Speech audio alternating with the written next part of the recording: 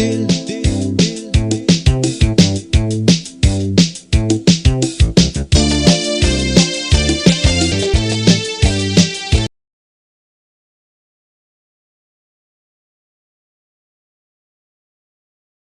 آتا ہوں جناب زید حامد صاحب کے پاس. حکمران تو ٹھیک ہے لیکن سر D G I S I نے جس طرح کا رول ادا کیا ہے بقول ریمنڈ ڈیوس کے، ظاہر ہے انہوں نے آرمی چیف سے پوچھے بغیر تو نہیں کیا ہوگا. تو پاکستان کی عسکری قیادت بھی سر کیا اسی اسٹیج پہ کھڑی ہوتی ہے؟ دانش، یہ میری بات ذرا غور سے سنیے گا. آپ یہ بات اچھی طرح جانتے ہیں کہ میں پہلی دفعہ پاکستانی میڈیا پر 2007 میں آیا تھا. اس سے پہلے پاکستانی میڈیا پہ آپ لوگ ہمیں نہیں جانتے تھے.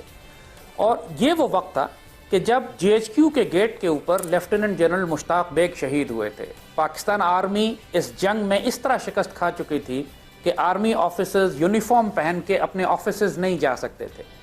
سی آئی اے کی رپورٹ آ چکی تھی کہ 2015 تک پاکستان نقشے پر موجود نہیں رہے گا.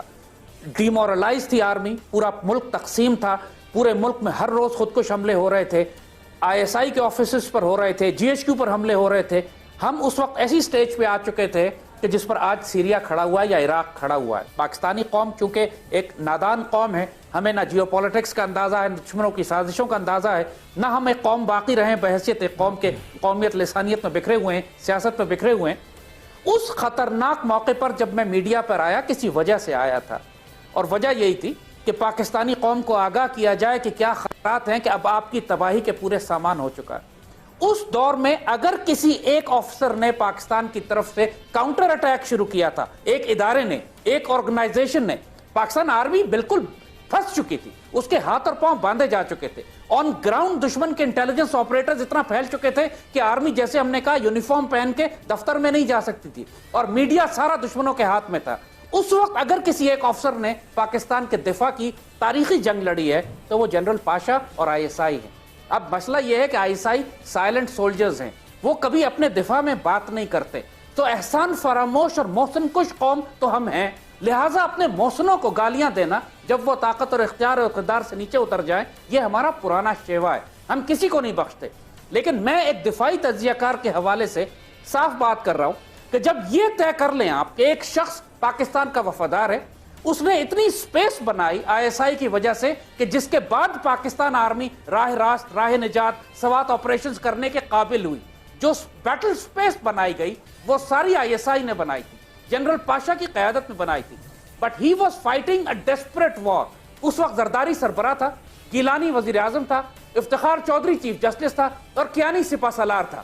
اور یہ چار بڑے بڑے افراد بالکل خاموش تھے، بلکہ کمپرومائز کر چکے تھے بہت بڑی حد تک ہمارے پاکستان کے مفادات کے خلاف. میں صاف بات کر رہا ہوں، میمو کے سکینڈل کے اوپر جنرل کیانی اور جنرل پاشا کی جنگ ہوئی، شدید لڑائی ہوئی. افتخار چودھری چیف جسٹس گواہ اس بات کا. صابر شاکر نے پوری بات ابھی ٹیلی ویژن پہ کہی ہے کہ صابر شاکر کو افتخار چودھری نے یہ بات کہی کہ میمو میں تو بہت خطرناک باتیں ہیں، جنرل پاشا کھڑے ہو گئے میمو کے معاملے پہ لیکن جنرل کیانی ساتھ نہیں دے رہے، اور جنرل کیانی اور افتخار چودھری مل گئے اور میمے کو معاملے کو دبا دیا گیا. یہ بدنصیبی کی بات ہے. آپ نے اس پوری فوڈ چین میں جب ملک کا صدر کہے کہ ریمنڈ ڈیوس کو رہا کرنا ہے، افتخار چودھری جو ہر معاملے پہ سو موٹو لیتا تھا اس کو سانپ سونگ جائے، وزیر اعظم کہے کہ ریمنڈ ڈیوس کو رہا کرنا ہے، نواز شریف کہے کہ رہا کرنا ہے، آرمی چیف کہے رہا کرنا ہے، تو پھر جنرل پاشا بیچارہ کیا کرے؟ اگر مزاحمت کی گئی تھی پاکستان میں کسی کی طرف سے، اتنا پریشر امریکہ کو کیوں ڈالنا پڑا؟ کیونکہ کوئی تو مزاحمت کر رہا تھا. وہ کون تھا مزاحمت کرنے والا؟ اور دوسری بات، ایک آخری بات، یہ بات میں ماننے سے انکار کرتا ہوں کہ جنرل پاشا کورٹ روم میں بیٹھے ہوئے تھے. یہ ممکن ہی نہیں ہے کہ جنرل پاشا عدالت میں بیٹھے ہوں اور وہ نظر نہ آئے کسی کو. ٹھیک ہے، لیکن آپ تو سر تردید کر سکتے ہیں. میں زید حامد صاحب کی طرف آتا ہوں. سر یہی عالم ہے. زید حامد صاحب بڑی زبردست بات، ایئر مارشل صاحب نے بڑی زبردست بات کی ہے کہ یہ سسٹم ہی کرپٹ کر دیا ہے ان ملک کے حکمرانوں نے. اور دوسری بات ہے کہ اس سسٹم کے جو بینیفیشریز ہیں وہ بھی اس سسٹم کو سپورٹ کرتے ہیں، ان کرپٹ لوگوں کو سپورٹ کرتے ہیں.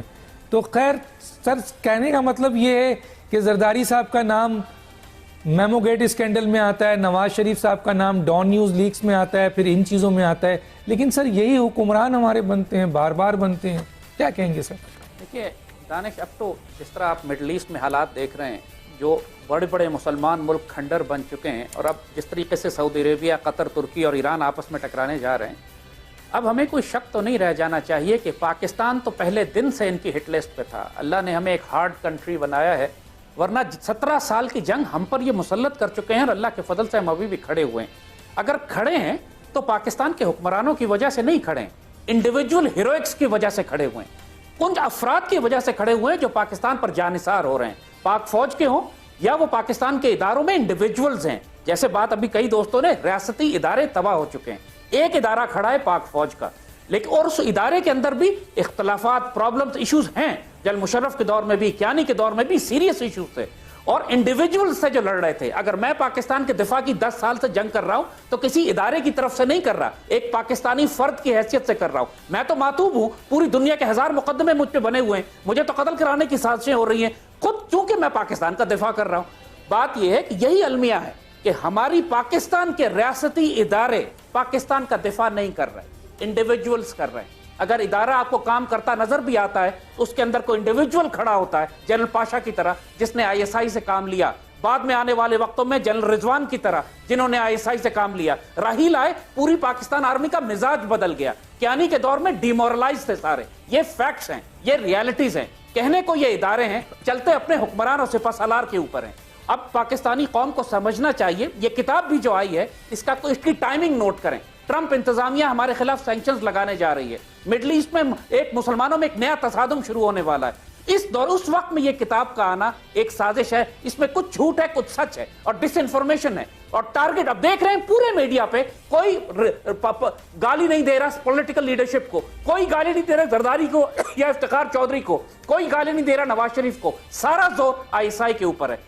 मकसद यही है। और अभी अभी आपने देखा पाराचनार के वाक़े के बाद खुद ISPR ने कहा कि बहुत बड़ी कैंपेन बिल्ड की गई सोशल मीडिया पे आर्मी को टारगेट करने की। किसी ने इंडिया को ब्लेम नहीं किया, किसी ने TTP को इल्जाम नहीं दिया, किसी ने ईरान को इल्जाम नहीं दिया कि कुलभूषण यादव क्यों भेजा, सारा जोर आर्मी के खिलाफ लगाया गया।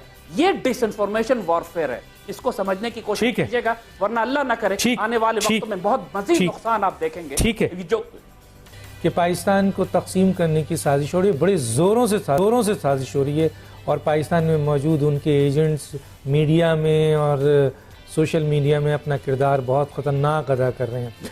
ऐसे मौके में आर्मी चीफ का पाराचनार जाना, वहाँ अहम फैसले करना, वहाँ उन लोगों के साथ मिलकर उनकी आवाज़ बनना और ये मुल्क कौम के बेहतरीन मफाद में किया, जो कि इस मुल्क के हुक्मरान मियाँ नवाज शरीफ साहब को करना चाहिए था।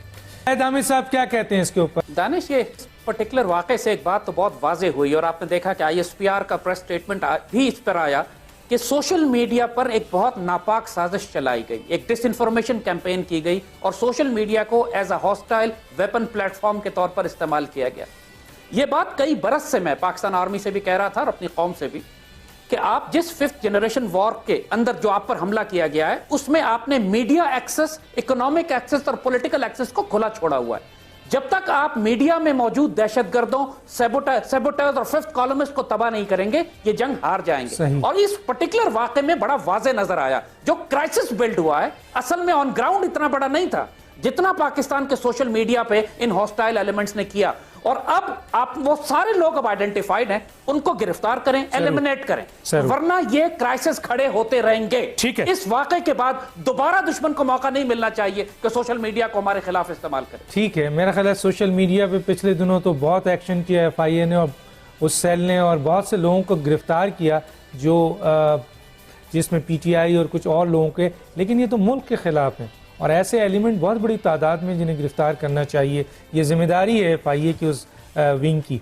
एक बात करता चलूँगा और वो पाराचनार के अवाम का ये बयान जो जनरल कादिर बलोच ने भी दिया, जो हमारे आज के मेहमानों ने भी दिया, कि पाराचनार के लोगों ने आवाज़ दी इस मुसीबत के वक्त में आर्मी चीफ को, तो इसका मतलब है ये कौम एतमाद करती है अपनी अस्करी क़यादत पे और शर्म आनी चाहिए सिविलियन क़यादत को, इस मुल्क के हुक्मरानों को, कि ये अवाम उन पर एतमाद नहीं करती, उन्हें नहीं बुला रही है कि वो आके हमारे मसाइल हल करें।